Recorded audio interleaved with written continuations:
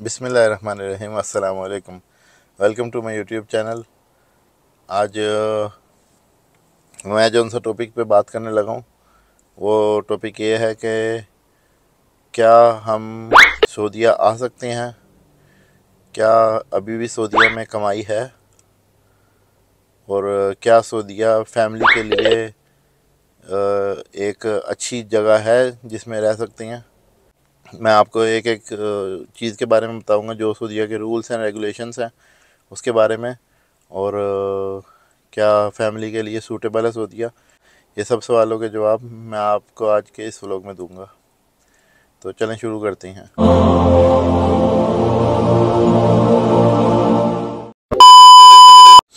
जी बिस्मिल्लाहिर्रहमानिर्रहीम।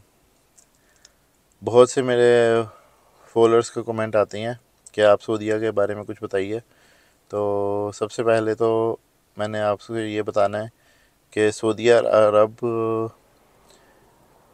ख़ासा बेहतर है अभी भी बहुत से ममालिक मिडल ईस्ट में। जैसे आप दुबई ले लें, बहरीन ले लें, थोड़ा सा वैट लगने की वजह से इधर महंगाई हो गई है। बहरीन बनिस्बत सऊदीया के बहुत सस्ता है, कुवैत बनिस्बत सऊदीया के बहुत सस्ता है।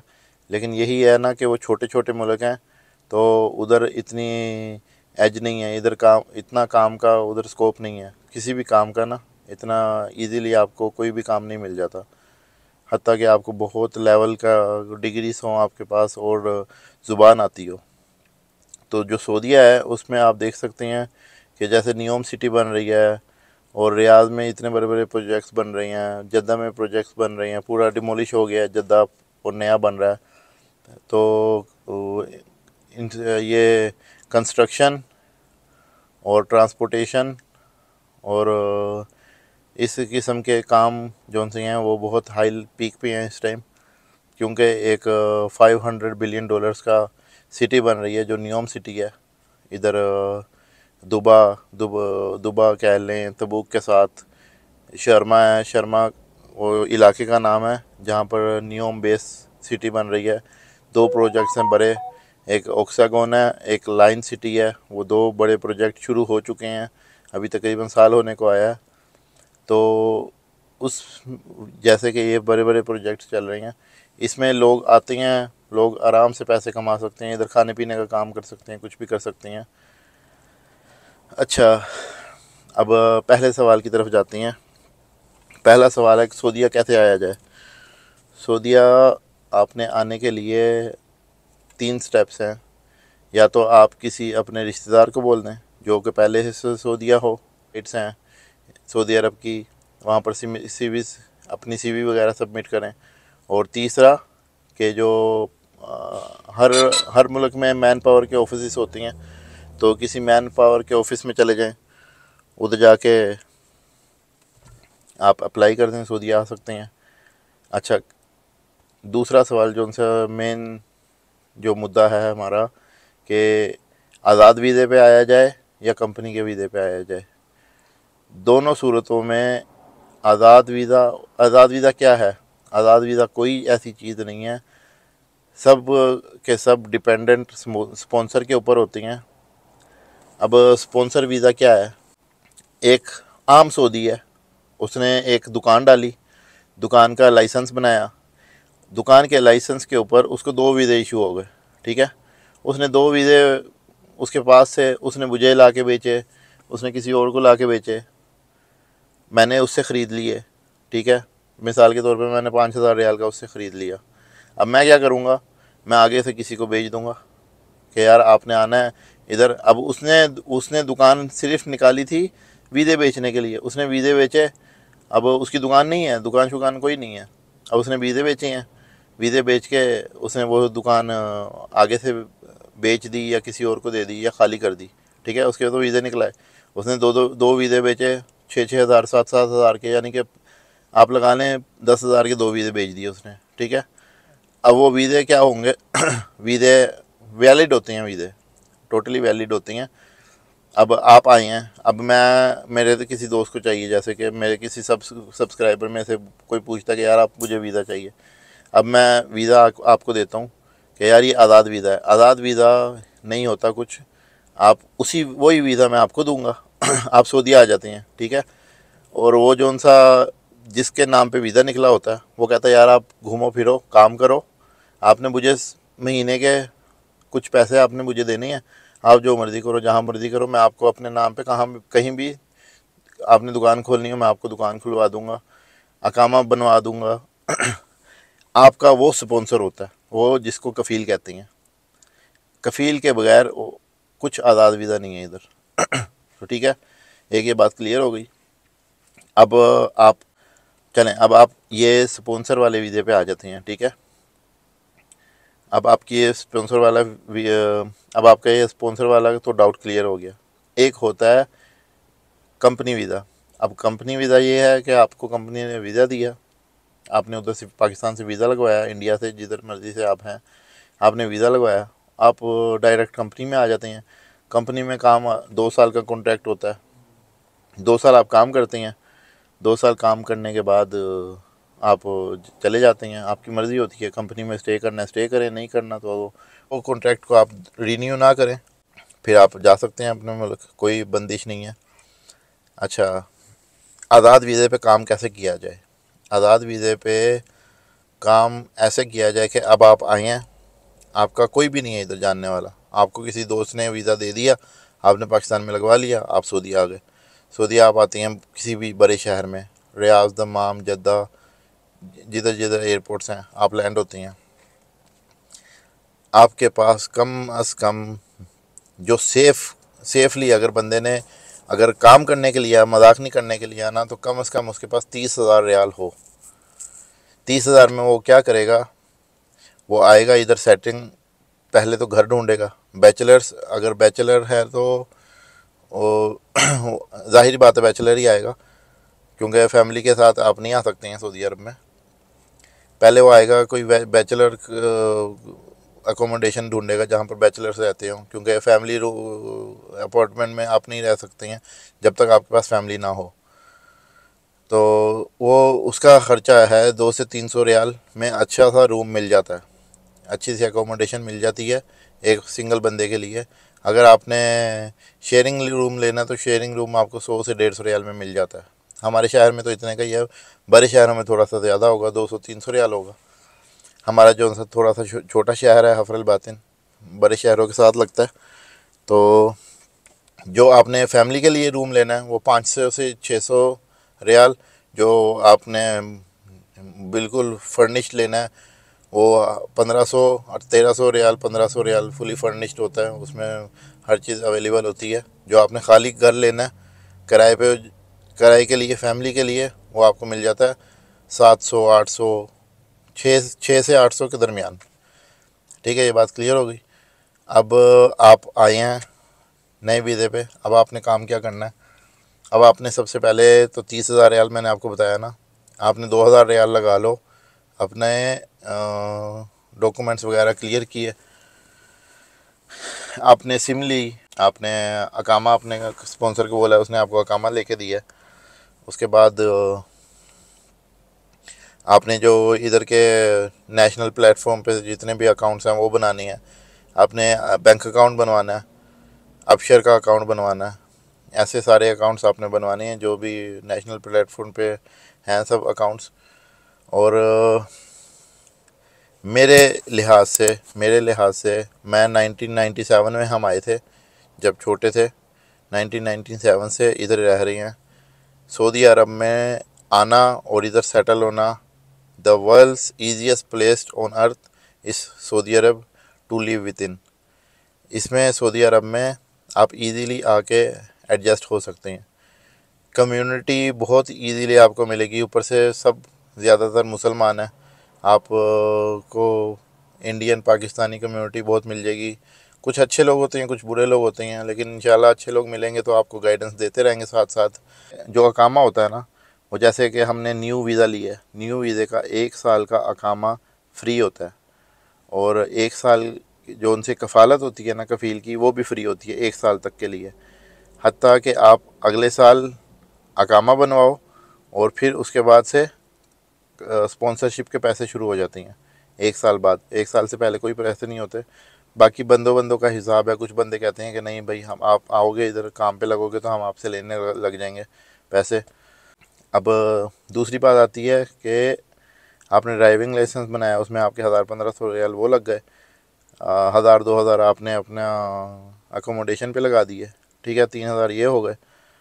और आपने कोई गाड़ी, अच्छी गाड़ी लेने के लिए 10-15 हज़ार रियाल चाहिए होती हैं, कोई अच्छी गाड़ी आपके हाथ आ गई, ठीक है, आपने अच्छी गाड़ी रख ली। आप सबसे पहले क्या कर सकते हो फ्रीलांसिंग में, सबसे पहले आप शुरू कर सकते हो इधर फूड डिलीवरी का काम। जब तक आप फूड डिलीवरी का काम कर रहे हैं, ये आते साथ ही, ये मैं आपको बता रहा हूँ, ड्राइविंग लाइसेंस बनने के बाद से आपका काम शुरू कर सकते हैं आप। आपने गाड़ी ख़रीदी, ड्राइविंग लाइसेंस बनाया, आपने गाड़ी ख़रीदी, उसके बाद से आपका काम शुरू हो गया। यानी कि आपने मुख्तलिफ़ ऐप्स में आईडीज़ बनाई और आपने काम शुरू कर दिया। अच्छा, ध्यान रहे एक बात है, ये जो हाउस ड्राइवर के वीज़े होते हैं ये नहीं आपने लेने हैं। अगर हाउस ड्राइवर के वीज़े पे आते हैं तो आपको आईडीज़ बनाने में बहुत ज़्यादा मुश्किलात फेस करनी पड़ती हैं, ठीक है। तो इसलिए अवॉइड करते हैं, हम लोगों को भी नहीं सजेस्ट करते कि किसी हाउस ड्राइवर के वीज़े में आ जाएं, क्योंकि लोग सस्ता वीज़ा समझ के और सस्ता काम है उसका आ जाते हैं, तो वो ड्राइविंग लाइसेंस नहीं बन सकता।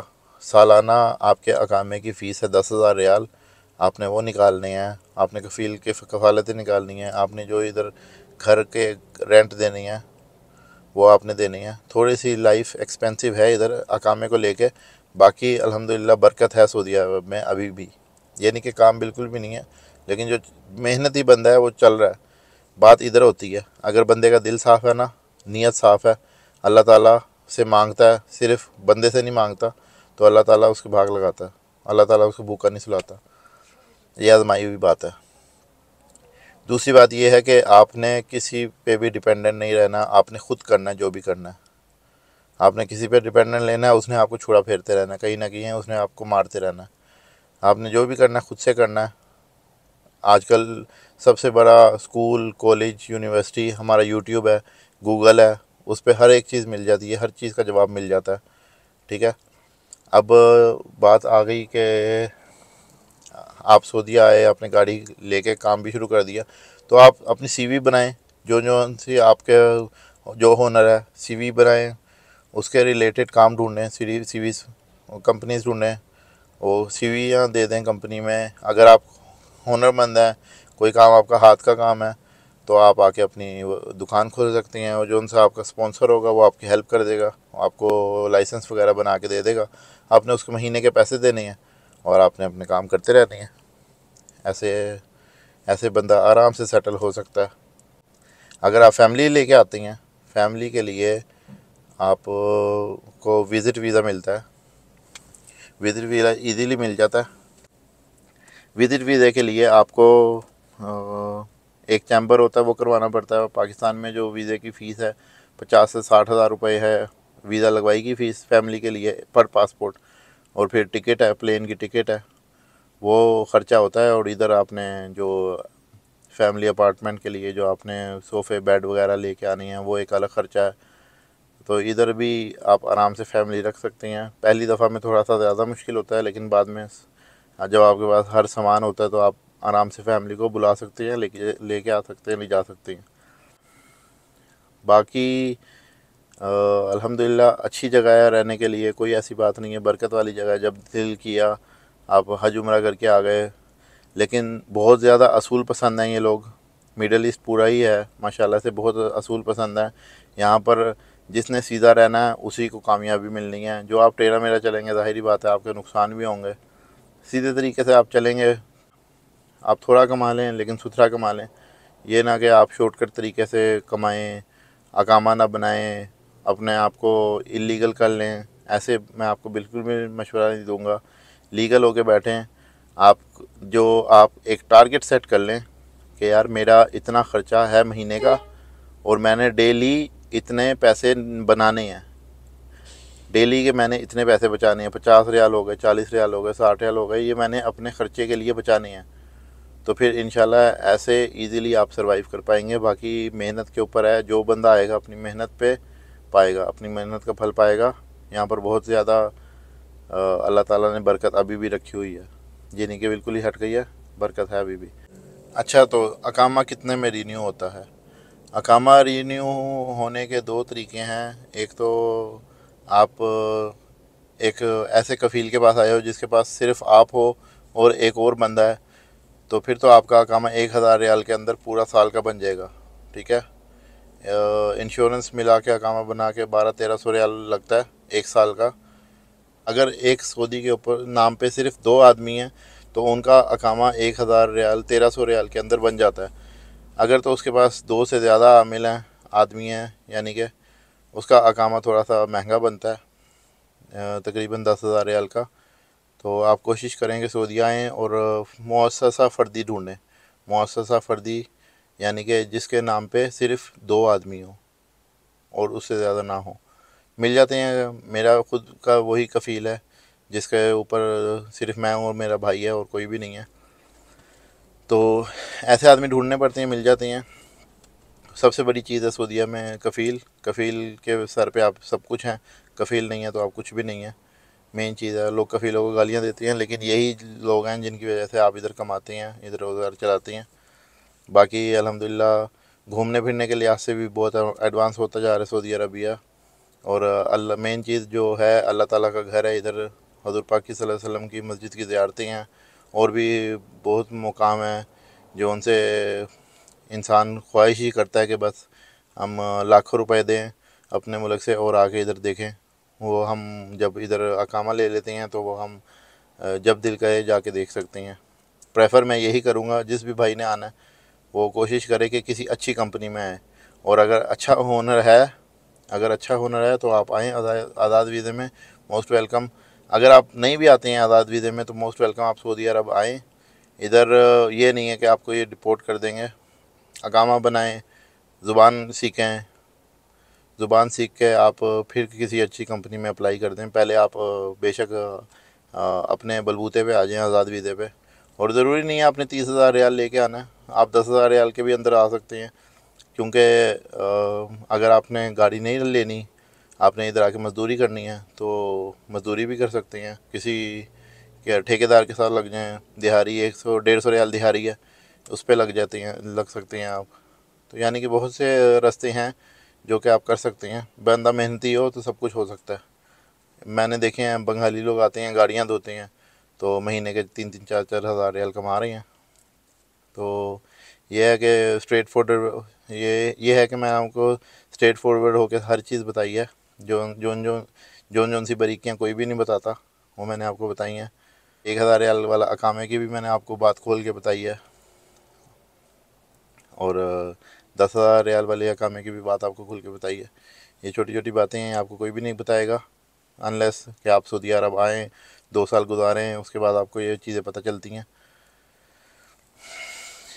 और बाकी अल्हम्दुलिल्लाह ड्राइविंग लाइसेंस हो गया, अकामा कैसे बनवाएं, ये सब कुछ आपके साथ शेयर कर दिया। गाड़ी कैसे ट्रांसफ़र होती है नाम पे, ये सब कुछ। अब सऊदीया तो आपको पता है 3rd लार्जेस्ट कंट्री है जिसमें ई कॉमर्स और ई सर्विसेज बहुत ज़्यादा हैं, यानी कि ऑनलाइन सर्विसेज बहुत ज़्यादा हैं। पहले नंबर पे चाइना है, फिर अमेरिका है, फिर दूसरे तीसरे ममालिक हैं, यानी कि सऊदी अरब भी तीसरे चौथे ममालिक में है जिसमें हर चीज़ ऑनलाइन बहुत ज़्यादा हो जाती है। ऑनलाइन पे इनका बहुत ज़्यादा दारोमदार है अब। बाकी फैमिली को भी आप बुला सकते हैं विज़िट वीज़े पे, उसका ख़र्चा भी मैंने आपको बता दिया है। कोई भी आपका सवाल हो आप कमेंट बॉक्स में ज़रूर बताइए, मैं हर कमेंट का जवाब देता हूँ। और मेरे दो भाई हैं, उनका मैं बहुत बहुत शुक्रिया अदा करना चाहता हूँ। लेजेंड प्लेस है एक, और एक डीजे हैं, और अल्हम्दुलिल्लाह वो मेरे सारे व्लॉग्स देखते हैं और कमेंट करते हैं। आप यकीन करें, दिल से खुशी होती है आपके कमेंट्स देख के, पढ़ के। जो भाई दिल से देखते हैं वीडियोस, उनके लिए लव यू हो गया ब्रदर। और इंशाल्लाह फिर कोई अच्छी वीडियो बनाएंगे, आपके साथ शेयर करेंगे। जो ये मेन टॉपिक था ये आपके साथ शेयर किया। और डीजे प्लेस के लिए बात है कि भाईजान यहाँ पर आपके दुबई के जैसी गाड़ियाँ सस्ती नहीं हैं, यहाँ पर गाड़ियाँ बड़ी महंगी हैं। वहाँ पर तो ड्यूटी फ्री है, यहाँ पर जौन सा है ना, हमें पेट्रोल को बहुत ज़्यादा देख के चलना पड़ता है। हमें इकनॉमिकल गाड़ी चाहिए, चाहे वो हुंडई हो, चाहे वो साइकिल हो, चाहे वो किया हो, चाहे वो शेनजान हो। हम तो ये है कि एक एज ए इकनॉमिकल गाड़ी चलाते हैं। और अल्हम्दुलिल्लाह मैं इंशाल्लाह ज़रूर जल्द बेच के, आपको पता है ओरियन पेट्रोल भी ज़्यादा थोड़ा सा लेती है, मैं इंशाल्लाह इसको जल्द बेचूँगा। अब अगला जो सा मैं एक सीरीज़ शुरू करने लगा हूँ कि मैं गाड़ी इसको सही से टिप टॉप करके इसको सेल आउट करूँगा, और सेल आउट भी हम अपने यूट्यूब चैनल पे करेंगे। और इंशाल्लाह इसके बाद हम गाड़ी चेंज करेंगे, और जो उनसे मेरे दोस्त कमेंट्स करेंगे इंशाल्लाह वही गाड़ी लेंगे। चल झूठा। आपको व्लॉग अच्छा लगा तो चैनल को लाइक करें, सब्सक्राइब करें, दोस्तों के साथ शेयर करें, बेल आइकन ज़रूर दबाएं, और फैमिली मेम्बर्स के साथ। और मुझे दुआ में याद रखें। इंशाल्लाह मिलते हैं फिर नेक्स्ट वीडियो में। जब तक के लिए मुझे दीजिए इजाज़त। अपना बहुत सारा ख्याल रखें, दुआ में याद रखें। अल्लाह हाफिज़। Fly, I'm the last one to die.